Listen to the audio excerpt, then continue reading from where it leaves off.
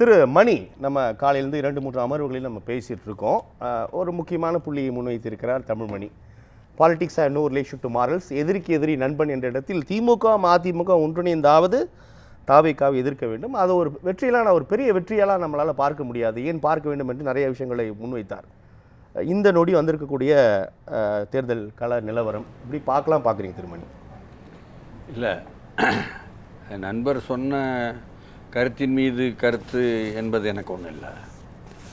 ஆனால் முக்கியமாக திராவிட முன்னேற்ற கழகத்தினுடைய தோல்வி என்பது கூட அதற்கான காரணங்கள், வரலாறுகள், 5 ஆண்டுகளாக எப்படி மக்கள் பார்த்தார்கள் என்பதில் உள்ள தாக்கங்கள், வாக்குறுதிகளை நிறைவேற்றவில்லைன்னு அரசு ஊழியர் ஆசிரியர் சங்கம் பார்த்ததெல்லாம் நேரில் நம்ம கவனிக்கிறோம். அது தவிர அவுட் சோர்சிங்னு சொல்லி போட்டு அரசாணை 115, 116, 117, 139, 152 ஆகிய அரசாணைகளின் மூலமாக தனியார் கையில் கொடுத்தது என்பது பஞ்சாயத்து பேரூராட்சியில் தொடங்கி மாநகராட்சி வரை பட்டியலின மக்களுக்கு வாய்ப்பு கிடைக்காமல், எம்பிசிக்கு வாய்ப்பு கிடைக்காமல் இருப்பதற்கான ஒரு சூழலை ஏற்படுத்திவிட்டு தனியார் மயத்திற்கு தூவம் போட்டுவிட்டு செய்ததனால் உள்ள பாதிப்பெல்லாம் சேர்ந்து எதிர்ப்பு வரவும் புரியுது.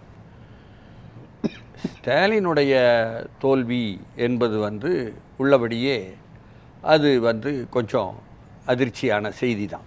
எங்கே பார்த்தாலும் தாவேக்கா நோக்கி செல்லக்கூடிய அந்த போக்கு என்பது அதையும் கூட நடத்தியிருக்கு. இன்னும் சொல்லப்போனால் கலைஞர் சொல்கிற வார்த்தைப்படி நம்ம இப்போ தான் நினைவு கொள்ளணும். உழைப்பு என்றால் ஸ்டாலின், ஸ்டாலின் என்றால் உழைப்பு என்று சொன்னது. இது தேர்தல் நேரத்தில் உழைப்புன்னு சொல்லி போட்டு எதிர்க்கட்சி தலைவர் கூட 200 கூட்டங்களை 10 மாதம் முன்னாலேயே தொடங்கி அலைஞ்சார் உழைச்சாருங்கதும், விஜய் கூட கடைசி நாள்லாம் அவருடைய உழைப்பு என்பதெல்லாம் எந்த அளவுக்கு அவர் முகத்தை பாதித்ததெல்லாம் பார்த்தோங்கனால். ஆனால் 2021 ஆட்சிக்கு வந்ததிலிருந்து 26 வரை ஸ்டாலினுடைய உழைப்பு என்பது மிக கடுமையான உழைப்பு. அது எனக்கு நினைவுக்கு வருவதெல்லாம் எல்லோர் மத்தியிலும் விவாதிக்காத அல்லது வராத ஒரு விஷயம். ஸ்டாலினுடைய தாத்தா தலைவர் கலைஞருடைய அப்பா முத்துவேலர், அவர் ஒரு கவிஞர். அவர் கவிதை எழுதுகிறாரு, இந்த கொடுமை செய்தால் ஏழைகள் என் செய்வோம், இனி பொறுக்க மாட்டோம், ஈட்டியாய் வேலாய் மாறிடுவோம். கலைஞருடைய 62வது பிறந்தநாள் சிறப்பு மலரில் இது எழுதப்பட்ட கவிதை அதில் வந்திருக்கு. அப்படிப்பட்ட ஒரு உழைப்பு மூலமாக வந்த ஒரு உழைப்பினுடைய வெளிப்பாடு இன்றைக்கு தோல்வியை தழுவி, ஆனாலும் உடனடியாக 1 மணி நேரத்தில் அதை தள்ளி வச்சுட்டு மீண்டும் வாகனத்தில் இறங்கி அறிவாலயத்துக்கு போகிறார். இந்த உறுதித்தன்மை ஒரு ரோல் மாடலாக எடுத்துக்கொள்ளணும் என்று நாம் தாவேக்காக போகும் இளைஞர்களாலும் சரி, அரசியலுக்காக ஆர்வமாக வருவோர் எல்லோருக்கும் சொல்லிக்கொள்ள வேண்டிய ஒரு செய்தி.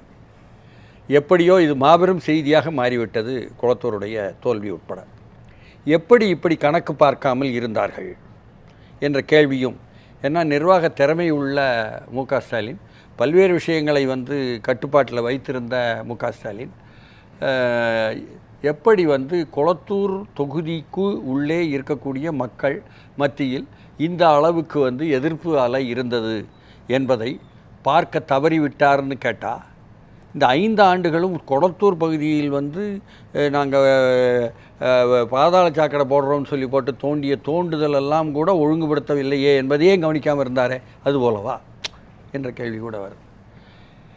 இப்படி அதேமாதிரி சட்ட ஒழுங்கு தமிழ்நாடு எங்கும் என்ன ஒரு கஞ்சாவும் மெத்தப்பட்டும் அதன் மூலமாக அடிப்படையிலேயே இங்கே சட்ட ஒழுங்கு கெடுதலும் வன்முறையும் பாலியல் வன்முறைகளும் நடந்ததாகலாம் எல்லோரும் ஒப்புக்கொள்ளக்கூடிய ஒரு நிலை வந்ததும், அவரும் அதை ஒப்புக்கொண்டதுனால தான் வைகோ போதை மருந்தை எதிர்த்து உள்ள பயணத்தை நடத்தும் பொழுது போய் தொடங்கி வச்சார். தன் ஆட்சி மேலே இப்படியெல்லாம் வருமே அப்படிலாம் நினைக்கல. அவர் உள்ளதை உள்ளபடி பார்க்க பார்வை அதெல்லாம். இப்படிப்பட்ட ஒன்று தான் நடந்திருக்கு. அப்படி இருக்கும் பொழுது விஜய் இன்றைக்கு எட்டியிருக்கக்கூடியது வெறும் இளைஞர்கள் மட்டும் அல்ல என்பதை பல முறையும் உணர முடிஞ்சிச்சு, சுட்டி காட்ட முடிந்தது. இளைஞர்கள் மட்டுமல்ல, இளம்பெண்கள் மட்டுமல்ல, மற்ற பெண்களும் கூட சிறுபான்மை பெரும்பான்மை வேறுபாடு இல்லாமல் சிறுபான்மை மக்கள் மத்தியில் இருக்கக்கூடிய பெண்கள் உட்பட அந்த மாற்றத்தை விரும்புதல் என்ற ஒன்று தான். வெறும் சினிமா கவர்ச்சி நான் அன்றைக்கும் பார்க்கல, இன்றைக்கும் பார்க்கல, அப்படிப்பட்ட பிரபலம் என்பதை நோக்கி உள்ள ஒவ்வொரு தேர்தலின் போதும் மாற்றத்தை விரும்புவோர் நிறைய பேர் நம்ம பார்க்கிறோம். அந்த மாற்றம் வேற, உதாரணங்களும் அந்த மாற்றம் எல்லாம் அதான் என்னுடைய முழுமையான கேள்வி உள்வாங்கிறீங்க. ஆனால் இந்த அளவிற்கு அந்த மாற்றத்தை விரும்புவோர் என்பதை கடந்து அதான் இந்த நொடி வரை 106 இடங்களில் முன்னிலை ஒரு ஏறக்குறைய ஆட்சி அமைக்கும் தருணத்தில் இருக்கிறது தமிழக வெற்றி கழகம். இந்த மாற்றத்தை கடந்து ஒரு ஒரு பேரலையாக உருவாகி இருப்பது தான் களம் சொல்லும் செய்தி இல்லையா? இதை எப்படி நம்ம புரிஞ்சுக்கலாம்? பேரலை தான். ஆனால் அது வந்து மாற்றம் என்பது விஷயம் இருக்குது. என்னன்னு சொன்னால் திமுக அல்லது அதிமுக, அதிமுக அல்லது திமுக தான் நீங்கள் சொல்கிற சாதாரண மாற்றங்கள். 2 பேருமே சரியில்லை, 2 பேரும் போர் அடிக்காங்க, 2 பேரும் வந்து சலிச்சு போச்சு என்பதாக மக்கள் உணர்ந்து, நான் வந்து வெறும் இளைஞர்களை சொல்லவே இல்லை, இளைஞர்கள் தலைமை தாங்கியிருக்கலாம், மக்கள். அதுக்கு தான் நான் இதே இடத்துல ஒரு நாள் பேசும்பொழுது சொன்னேன், ஜல்லிக்கட்டை சுட்டி காட்டினேன். இளைஞர்கள் தலைமை ஏற்பாங்க, மற்ற முழு மக்களும் வந்து ஈடுபட்டதாக இந்த பதிவு நடந்துச்சு. இது வந்து நமக்கு வந்து அந்த வாக்குப்பதிவுக்கு முன்னாலேயே கூட ஒவ்வொரு பகுதியிலும், சென்னையை பொறுத்தவரை நாம் பார்த்தோம், எல்லா பகுதியிலையும் உள்ள பெண்கள் வந்து நாங்கள் விசிலுக்கு தான் போடுவோம்லாம் சொன்னாங்க. இவங்க ஏதோ சொல்கிறாங்க போல வாயாலான்னு நினச்சோம். வாக்குப்பதிவு முடிந்த பிறகு அதே ஆட்கள்கிட்ட கேட்டாலும் அடிப்படை உழைக்கும் மக்கள் பூரா சென்னை முழுக்க வந்து நாங்கள் விசிலுக்கு போட்டோம்னே சொன்னாங்க. சரி, இங்கு தான் நகரத்தில் தான் சொல்லிவிட்டு நம்ம ஊடகத்துக்காரங்கெல்லாம் சொல்லுவாங்க. அப்படியெல்லாம் கிராமங்களிலும் விசாரணை நாம் செய்யும்பொழுது நண்பர்கள் போய் கேட்டுவிட்டு, கிராமமாக கேட்டுவிட்டு, பெரியவங்களே கூட நாங்கள் இளைஞர்கள் சொல்கிறது தான் கேட்போம், அதன் மாதிரி வந்து நாங்கள் ஊரடைக்க போட போகிறோம் விசிலுக்கு. அப்போது ஏதோ இளைஞர்கள் சொல்லி இவர்கள் வந்து அதனால் பெற்றோர் அல்லது தாத்தா பாட்டிகள் இன்ஃப்ளூயன்ஸ் ஆகிட்டாங்க, அல்லது அவங்க கொடுத்த நிர்பந்தத்தில், அதெல்லாம் தவறான பரப்புதல். தாங்களும் மாற்றத்தை விரும்புகிறோம், இவர்கள் இருவரும் அல்லாமல், ஆனாலும் கொண்டு வந்து கொடுத்துட்டாங்களே 2 பேரும். கொண்டு வந்து கொடுத்த பிறகு, பட்டுவாடா செய்த பிறகு நாம் என்ன செய்ய என்ற தயக்கம்தான் பெற்றோருக்கே தவிர, அதிலும் கராராக இளைஞர்கள் சொல்லும்போது அந்த நியாயம் இருக்கிறது என்பதை உடன்பட்டார்கள் என்பதனால் அவர்களும் அந்த மாற்றத்தை விரும்பி என்பதை வாக்களித்தார்கள் என்பதுதான் என் புரிதல். சரிதானுங்களா? அப்போது ஒட்டுமொத்த தமிழ்நாடுமே அந்த புரிதலில் நோக்கி போயிருக்கிறது எனும்பொழுது தான் இங்கே வந்து திமுக 71 தொகுதி வந்ததும் என்ன எதிர்க்கட்சி என்பதற்காக வந்திருக்கலாம், அதிமுக 50 தான் வந்தது என்பதும் கூட ஒரு ஆச்சரியமான செய்தியாக எனக்கு படுது. ஏன்னு சொன்னால், ஒன்று அந்த பணம் கொடுத்ததற்காக பணத்தை மட்டுமே நம்பி கட்சிகள் வந்து வேலை செய்வது என்பது இல்லாமல் மக்கள் அணிதிரள்கிறார்கள் என்பது முதலில் வந்தது சீமானுக்குத்தான், நாம் தமிழருக்குத்தான், அதற்கு பிறகு விஜய்க்கும் தாவேக்காக்கும் என்பது போல் நம்ம பார்க்கிறோம். அதே வந்து எல்லோரும் ஒப்புக்கொள்ளக்கூடியது.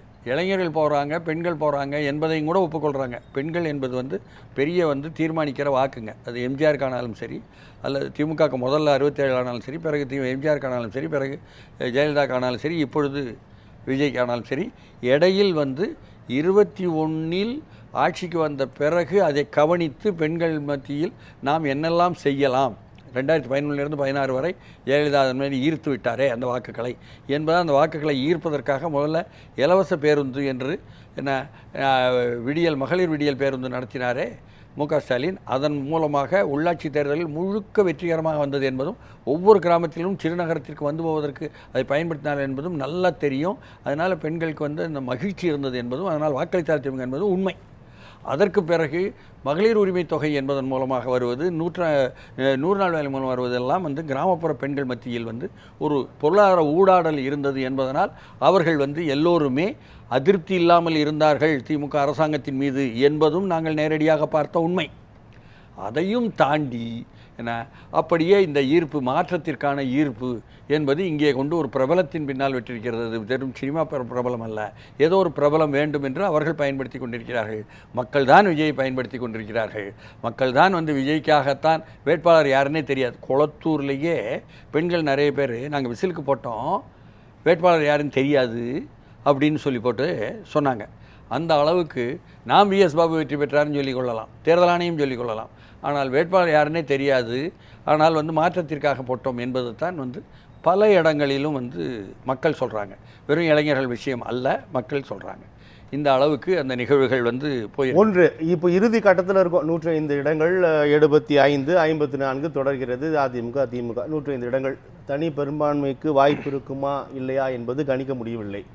ஒருவேளை தனித்து பெரும்பான்மையில் ஆட்சி அமைக்க முடியவில்லை, அடுத்து என்ன அப்படின்ற எதிர்பார்ப்பை நோக்கி மக்கள் நகர தொடங்கியிருப்பது நம்மளால் உணர முடியுது. எப்படி புரிஞ்சுக்கலாம், எப்படி பார்க்கலாம்? காங்கிரஸ் கட்சியை பொறுத்தவரை அவர்களுக்கு ராகுலோ கேசி வேணுகோபாலோ தாவேகா வேண்டிய எழுச்சி என்பது நாம் பயன்படுத்த வேண்டிய எழுச்சி தான்.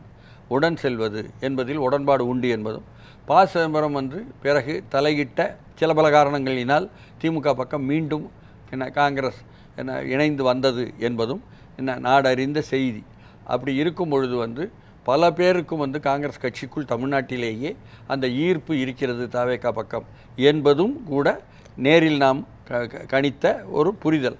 அப்படி இருக்கும் பொழுது அங்கு வந்து அகில இந்திய ரீதியில் காங்கிரஸ் கட்சியும் முடிவெடுக்கும், அவர்களும் கூட அப்படி வருவதற்கு வாய்ப்பு இருக்கிறது. பாமகவை பொறுத்தவரை அவர்களும் கூட இப்பொழுது வரவேற்றிருக்கிறார்கள் எனும்பொழுது அவர்களுக்கும் கூட அவருக்கு கிடைக்கிற தொகுதிகளை வைத்துக்கொண்டு அவர்களும் வர வாய்ப்பிருக்கிறது.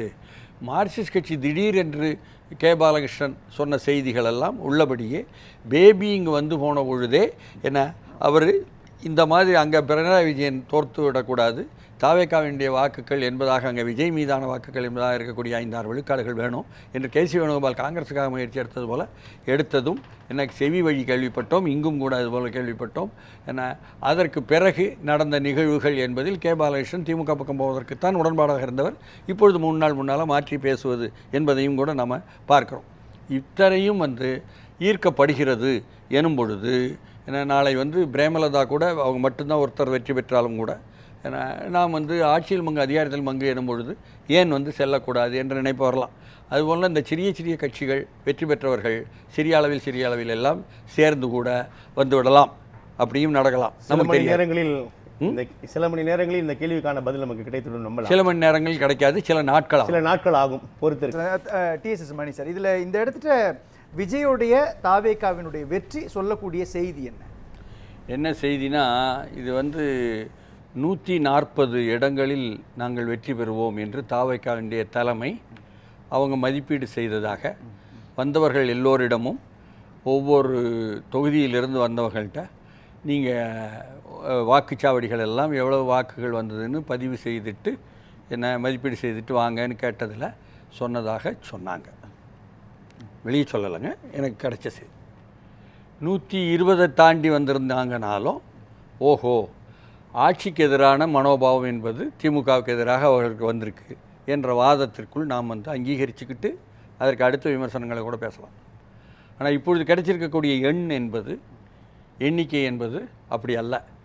அப்போது முழுமையாக ஆட்சிக்கு எதிரான மனோபாவத்தில் திமுகவுக்கு எதிராக வாக்களித்த மக்கள் கொண்டு வந்திருந்தால் 120க்கு மேலே காட்டியிருப்பாங்க. அப்படி இல்லை. மாறா நான் தொடர்ந்து சொல்லி கொண்டிருந்தது வாக்குப்பதிவுக்கு பிறகு ஆட்சிக்கு எதிரான டோட்டல் மனோபாவம் என்பதை விட ஒவ்வொரு தொகுதியிலும் ஒரு ஆட்சிக்கு எதிரான மனோபாவம் ஒன்று இருக்கிறது. அந்த அமைச்சர், அந்த சட்டமன்ற உறுப்பினர், ஆட்சி கட்சிக்காரங்க அவர்களுடைய செயல்பாடுகளுக்கு எதிராக அந்த மக்களுடைய மனோபாவம் ஒன்று இருக்கிறது. இது வந்து தொகுதியாக தீர்மானிக்கும், வெவ்வேறு விதமாக தீர்மானிக்கும். அப்படி தீர்மானித்ததில் தான் பல அமைச்சர்கள் வந்து அடிபடுறாங்க. அமைச்சர்கள் அடிபட்டது காரணங்கள். அதனால தான் இவருடைய எண்ணிக்கை 109 அது தாண்டி வரல. அப்போ இருக்கக்கூடிய சூழ்நிலையிலிருந்து என்ன செய்வார் என்று வரும்பொழுது காங்கிரஸ் கட்சிக்கும் அவர்களுக்கும் உள்ள அகில இந்திய ரீதியில் உள்ள தலைமைக்கும் உள்ள ஊடாடல் என்பது எல்லோருக்கும் தெரிந்த செய்தி. தனி கட்சி சின்னத்தில் நின்ற காங்கிரஸ் கட்சியின் வேட்பாளர்கள், தனி கட்சி சின்னத்தில் நின்ற சிபிஎம் சிபிஐ வேட்பாளர் எம்எல்ஏக்கள், தனி சின்னத்தில் நின்ற விடுதலை சிறுத்தைகளுடைய எம்எல்ஏக்கள், இவர்களெல்லாம் இணைந்தாலும் அந்த 120க்கு நெருக்கமாகவோ அல்லது பாமகவினுடைய எனக்கு அது வந்து இனிமே நடக்க போறது என்று நடந்தாலும் இப்ப கடந்த குறைந்தபட்சம் நடந்தாலும் காணாது, அது ஒரு நிலையான ஆட்சியை ஏற்படுத்தாது என்ற உணர்வை தாவேகா தலைமை பெறும் என்பதனால் வெளியில் இருந்த ஆதரவு என்று அதிமுக கொடுக்க வருமானால், வெளியில் இருந்த ஆதரவுனா எந்த நேரமும் பின்வாங்கிக்கலான்னு அர்த்தம். வாஜ்பாய் ஜெயலலிதா கொடுத்துட்டு பின்வாங்கின மாதிரி. அதனால் அப்படிப்பட்ட ஒன்றை என்ன கொடுப்பதற்கு முன் வருவாரா அதிமுக தலைமை, அதை ஏற்க முன் வருவாரா என்ற கேள்வியும் புது ஆப்ஷன் ஒன்று இருக்கு இல்லையா சார்? தாவேகாவினுடைய தலைவர் விஜய் தாவேகா ஜெயிக்கிறதுன்றது கடந்த 10 ஆண்டுகளாக தமிழ்நாட்டினுடைய அரசியல் களத்தில் முக்கியமான விவாத பொருளாக இருந்தது. சினிமாவிலிருந்து ஒருத்தவங்க வந்து நாடை ஆளுவதா?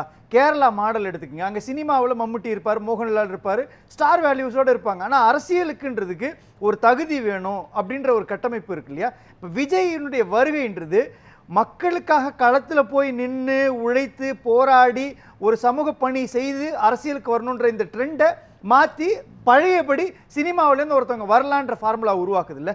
இப்போ இது ஒரு பெரிய மெசேஜ் இல்லையா அது? இல்லை, அது மெசேஜே இல்லை. ஏன்னா சினிமா என்பது பிரபலத்திற்கு வழிவகுக்கக்கூடிய ஒரு ஊர்தி தான். பிரபலம் என்பது தான் அதில் நிற்கிது. அதான் நான் மீண்டும் மீண்டும் சொல்கிறது, ஜவஹர்லால் நேரு வந்த பொழுது வந்த கூட்டத்தை எல்லாம் நினைவுபடுத்தி, அவர் சினிமாக்காரர் இல்லை. அப்போது பிரபலம் என்பது தான் ஒரு விஷயம். அது சினிமா கொடுத்துருக்கு, அவ்வளோதான். அனுபவம் இருக்கிறதா, ஆட்சியை நடத்த முடியுமா என்று கேள்வி கேட்டால் எங்களுக்கு அனுபவம் இல்லை தான் அப்படின்னு விஜயை சொல்லியிருக்கிறதெல்லாம் நம்ம நேரடியாக பார்த்தோம். அந்த நேரத்தில் தான் அவர்கள் எப்படி நடத்தப் போகிறார்கள் என்ற விஷயம் கேள்விக்குறியாக நிற்கிது. வெறும் அதிகாரிகளை மட்டும் சார்ந்து நடத்த முடியுமா என்பது இன்னொரு கேள்விக்குறி எனும் பொழுது அதில் வணிகம் மட்டுமே அனுபவம் உள்ளவர்கள், சுற்றிவரை உள்ளவர்கள் காணாது என்ற விஷயத்தில்தான் இவர்கள் எப்படி சிந்திக்கப் போகிறார்கள் என்ற ஒரு பதில் தெரியாத புதிரான கேள்வியாக நிற்கிது. இல்லை, அப்போ சினிமாவிலேருந்து வரவங்க இனிமேல் அரசியலில் ஜெயிக்கலாம் அப்படின்றது ஒரு ஃபார்முலா உருவாக்கி எதுலனாலும் வரலாம்னு நான் அர்த்தம். இப்போ எடப்பாடி பழனிசாமி ஒரு விவசாய குடும்பத்திலிருந்து சாதாரணமான கட்சியினுடைய கிளை அமைப்பிலிருந்து வந்தவர். முதலமைச்சர் ஸ்டாலினுடைய அரசியல் பயணம் என்பது அவர் இந்திய எதிர்ப்பு போராட்டத்திலிருந்து உருவாகி ஒரு கட்டத்துக்கு மேலே 50 ஆண்டுகள் அரசியல் அனுபவத்தோடு வந்தது. வெறும் சினிமா கவர்ச்சி அப்படின்ற புள்ளியிலிருந்து வரலாம், ஜெயிக்கலாம், மக்கள் செல்வாக்கு பெறலாம், அரியணையில் ஏறலான்ற ஒரு ஃபார்முலாவை திரும்ப விஜய் தொடங்கி அந்த ஃபார்முலா இருப்பதாக நீங்கள் சொல்கிறீங்க, நான் ஒப்புக்கொள்ளலையே. பிரபலம் என்பது மட்டும்தான் அதில். இது மாற்றம் வேண்டும் என்று விரும்பும் மக்கள் அந்த பிரபலம் என்பதை கையில் எடுத்துக்கொண்டார்கள் தான் என்னுடைய வாதம். அப்படி இருக்கும்போது நீங்க சினிமா சொன்னா நான் ஒத்துக்கிட்ட மாதிரி பேசக்கூடாது. ஐடியாலஜிக்கல் ஃபேஸ் இருக்கு இல்லையா சார்? இப்போ ஐடியாலஜிக்கல் ஃபேஸில் அம்பேத்கர் பற்றியோ பெரியாரை பற்றியோ சமூக நீதி பற்றியோ விஜய்க்கோ அல்லது சினிமாவில் இருக்கிறவங்களுக்கும் எந்த அளவுக்கு புரிதல் இருக்கும்? இதுவரை பெரியாரை பற்றியும் அம்பேத்கரை பற்றியும் சொன்னவர்கள், பேசுபவர்கள், எழுதியவர்கள் அதை அமுல்படுத்தவில்லை. இது மக்களுக்கெல்லாம் பல்வேறு விவாதங்கள் மூலம் தெரிந்துவிட்டது. அதனால் புதுசாக ஒருத்தர் செய்கிறேன்னு சொல்லும் பொழுது சரி அவர்கிட்ட தான் கொடுத்து பார்ப்போமே, அவர் தான் இவங்க தான் செய்யலைன்னு 2 பேரையும் பார்த்துட்டோம், அவர் தான் கொடுத்து பார்ப்போமே. இந்த வார்த்தை தர்க்க ரீதியான வார்த்தை இருக்குல்ல, லாஜிக், இதுதான் எல்லோரும் பேசினார்கள். விசிலுக்கு போட போகிறோம் என்று சொல்லும் பொழுதே வாக்குப்பதிவுக்கு முன்பே பேசினார்கள், வாக்குப்பதிவுக்கு பிறகும் பேசினார்கள். இது பொதுமக்கள்கிட்ட, சாதாரண பொதுமக்கள்கிட்ட நாம் கேட்டறிந்த செய்தி. இப்போ எனக்கு கேள்வி என்னன்னா, மக்கள் இயக்கங்களுக்காக போராடுறாங்க இல்லையா, குறிப்பாக இடதுசாரிகள், மாவோயிஸ்டுகள் உள்ளிட்ட இந்த அமைப்புகளினுடைய பிரதிநிதிகள் தர்க்க ரீதியிலான, தத்துவார்த்த ரீதியிலான, சித்தாந்த அரசியலோடு பேசக்கூடியவங்க எல்லாமே இனிமேல் ஆட்சி மாற்றத்தையோ அதிகார மாற்றத்தையோ தமிழ்நாட்டினுடைய எல்லைக்குள் செய்ய முடியாதுன்றதை உணர்த்துதா? இந்த நாடு முழுக்கவே, இந்த துணைக்கண்டம் முழுக்கவே தேர்தல் முறையில் இப்பொழுது இருக்கின்ற முறையிலே நீங்கள் மக்களுக்காக போராடுபவர்களும் வெற்றி பெறுவதற்கான அணுகுமுறையில் இந்த தேர்தல் இல்லை. ஒவ்வொரு தேர்தலையும் இந்த நேரத்தில் பெரிய கட்சி 2 பேரும் 20 கோடிக்கு குறைச்சி யாருமே செலவு பண்ணலைங்கும் பொழுது எப்படி மக்களுடைய பிரதிநிதிகள் வர முடியும்? அதனால் உங்களுடைய தேர்தல் முறையே அப்படி இல்லை. அதனால் அது அங்கே எடுபடாது. இப்போ உதாரணத்துக்கு வேணாலும் சொல்ல வரேன். வாணியம்பாடியில் வெங்கடேசன் சொல்லி போட்டு எங்களுக்கு தொழிற்சங்க தலைவர் இருந்தார். அவருக்காக மிக பிரம்மாண்டமான அளவுக்கு மக்கள் அணிதிரளுவாங்க. வாணியம்பாடி ஆம்பூர் பூரா அவரை தேர்தலில் நிறுத்துகிறோம். நிறுத்தி போட்டு போனால் என்ன சொல்லிட்டாங்கன்னா, சிம்பிளாக எளிமையாக திமுககாரங்க அழகாக சொன்னாங்க மக்கள்கிட்ட, இங்கே தொழிற்சங்கத்தை அழகாக நடத்திக்கிட்டு இருக்காரு, அவர் சென்னைக்கு போயாச்சு அசம்பிளிக்குன்னா பிறகு இங்கே யார் தொழிற்சங்கம் நடத்த? ஆமான்ட்டான் மக்கள், எடுத்து போட்டாங்க. அதனால் இப்படியாக இந்த தேர்தல் முறையில் நீங்கள் அப்படியெல்லாம் மக்களுக்காக வேலை செய்பவர்களை இன்னே பிரதிநிதிகளை கொண்டு வர முடியும் என்பதெல்லாம் கிடையாது. இந்த தேர்தல் முறையில் என்ன யதார்த்தம் இருக்கோ அதுக்குள்ளே தான் இந்த விளையாட்டெல்லாம் நடக்கும். இப்பொழுது வர வர எப்படி ஆகிப்போச்சுன்னா, இது வணிக சூதாட்டமாக ஆகிவிட்டது. இந்த முறை நடந்ததும் வணிக சூதாட்டம். அதற்கு எதிரான ஒரு போக்கு என்பது தப்பித்தவறி வந்துருச்சா? நாம் தமிழர் கட்சிக்கு வரக்கூடிய கூட்டத்திற்கு வரக்கூடிய மக்கள் எல்லாம் அப்படியெல்லாம் காசு கொடுத்து வருவதில்லை, வாக்களிப்பவர்களுக்கும் காசு கொடுப்பதில்லை, தாவேக்காவில் காசு கொடுப்பதில்லை ஆமல் தான் மக்கள் வந்தாங்க, கூட்டத்திற்கு வந்தவங்க. ஆனால் தேர்தலில் காசு கொடுக்கவில்லை என்பதாக நீங்கள் எல்லாரும் சொல்லலாம், நான் சொல்ல மாட்டேன். ஒரு 5-6 இடம் காசு கொடுத்தது எனக்கு தெரியும். வேட்பாளர்கள் யார் யாருன்னே தெரியாது அவருக்கு, தலைமைக்கு. அவசர கதியில் பலரை வேட்பாளராக போட்டாங்க. திருநெல்வேலியில் வேட்பாளரானவர் கூட விருப்ப மனுவுக்கு போயிட்டு திமுகவில் இல்லைன்னு பிறகு இங்கே வேணார். இப்படியாகலாம் உண்டு. அதனால் இருக்கதை வைத்துக்கொண்டு உள்ளதுக்குள் ஒன்று வந்திருக்கு, அவ்வளோதான். அதனால் அதில் எந்த ஒரு கராரான தன்மையோ பெர்ஃபெக்ஷனிசமோ எதிர்பார்த்தால் இருக்காது. பழுதுகளுடன் ஒன்று வருகிறது. முழு பழுது என்று 2ஐ பார்த்துவிட்டு இதை கொண்டு வந்திருக்கிறார்கள், அவற்றையும் கொடுத்து பார்ப்போமே என்ற வாதத்தை முன்வைக்கிறார்கள். அனைத்து இந்த அண்ணா திராவிட முன்னேற்ற கழகத்தை பொறுத்தவரை சொந்த காசில் சூனியம் வச்சுக்கிட்டாங்கன்னு சொல்லுவாங்க. இந்த பாஜகவை எப்போ கூட்டிக்கிட்டாங்களோ அப்போவே வந்து என்ன உடனிருந்தே கொல்லும் வியாதி என்பதை இந்த முறை நல்ல அழுத்தமாகவும் ஆழமாகவும் நிரூபிச்சிட்டாங்க என்பதே அவர்கள் தங்களை ஓரங்கட்டி கொண்டு விட்டார்கள். அதனால் இன்னொருத்தர் விஜய் திறமையுடன் ஓரங்கட்ட வேண்டியதில்லை, நானே ஓரங்கட்டிக்கிறேன் என்று இந்த பாஜக வந்தது என்பது தமிழ்நாட்டில் இல்லாத ஒரு கட்சியை கொண்டு வந்து இந்த அளவுக்கு, அதாவது அவர் உள்ளதில் குறைச்சி தான் 27 தான் உங்களுக்குன்னு உட்கார வைப்பதோ, நான் சொல்கிற இடத்துல நீங்கள் நிற்கணும், நீங்கள் வந்து தீநகரில் நிற்கக்கூடாது, விளைச்சல் நிற்கக்கூடாதுன்னு சொன்னாலும் என்ன, திருப்பணம் நிற்கக்கூடாது சொன்னாலும் என்ன, உடனிருந்தே கொல்லும் வியாதி வந்துருச்சுன்னு சொன்னால் அது வியாதி தான்.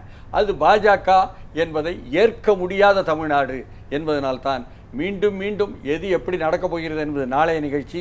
மீண்டும் மீண்டும் பாஜக திமுக விமர்சிக்கும் பொழுது கூட பாஜகவும் திமுகவும் உறவு என்பதாக சொல்லித்தான் விஜயும் கூட விமர்சிச்சிருக்காரு. அவருடைய பரப்புரை கூட அதுதான் அறுதியிடல். அதனால் அது வந்து ஒரு பெரிய அளவுக்கு ஏன்னா இது கேட்டலிஸ்ட்னு சொல்லுவாங்களே, தான் எந்த மாற்றத்திற்கும் உள்ளாகாமல், எனக்கு தமிழ்நாட்டில் பாஜக இல்லவே இல்லை, அதனால் புதுசாக மாற்றத்தையும் உருவாக்கலை, ஆனால் அடுத்தவங்களை வந்து மாற்றத்தை உருவாக்கி விட்டது என்ற அளவுக்கு ரொம்ப மோசமான ஒன்று தான் எடுத்துக்கிடணும். அதனால் இதில் வந்து ரெண்டாவது சொல்லியிருக்கக்கூடிய பாயிண்டில் எல்லோரும் வாக்களித்திருக்கிறார்களே ஆட்சிக்கு எதிரான மனோபாவம் என்பது, அதை தொகுதி தொகுதியாகவும் பார்க்கணும் என்பது என்னுடைய நன்றி.